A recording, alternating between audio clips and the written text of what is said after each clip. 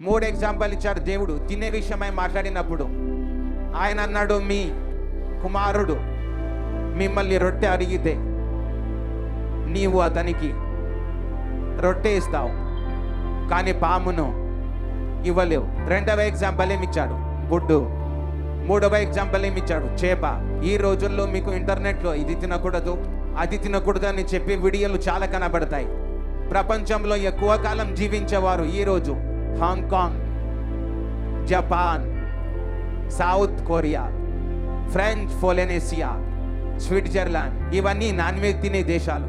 భారతదేశంలో ఎక్కువ కాలం జీవించే ప్రజలు కేరళ ప్రాంతంలో ఉన్నారు. కేరళలో 97% మంది నాన్ వెజిటేరియన్స్, కేవలం 3% మంది మాత్రమే వెజిటేరియన్స్. పాండిచ్చేరి సముద్రం దగ్గర ఉంది. అండమాన్ అండ్ నికోబార్ ద్వీపాల ప్రజలు కూడా ఎక్కువ కాలం జీవిస్తారు. వారిని మీరు నీటి దగ్గర చూస్తారు. నీటి ఒడ్డున నివసించే వారందరూ చేపలు తింటారు. మీరు నాన్ వెజ్ తినమని చెప్పడం లేదు. నేను కూడా ఎన్నోసార్లు వదిలేస్తాను.